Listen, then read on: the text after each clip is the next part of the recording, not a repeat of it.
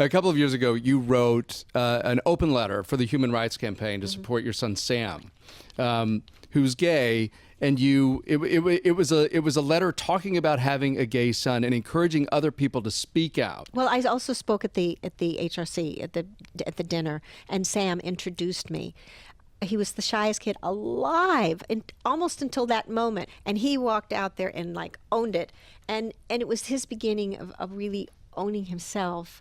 And I talked about the letter that I eventually wrote to that would go out and cover more than saw it at the dinner that night for the HRC. What advice do you have for parents who have a child coming out or you think they're about to come out? Well, first of all, don't be frightened. Don't put your own prejudices about or fears about sexuality, your own fears about sexuality, on your children.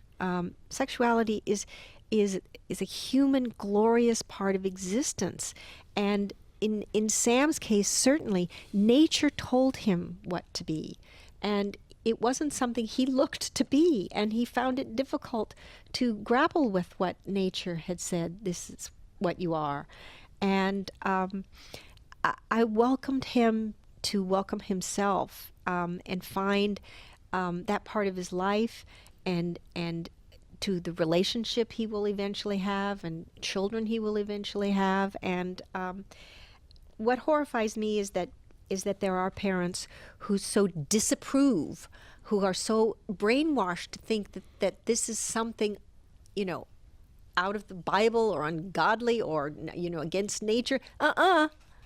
Nature. It's not against nature if nature has actually done this. Sam was always Sam, this wonderful human that he is from the time he was born.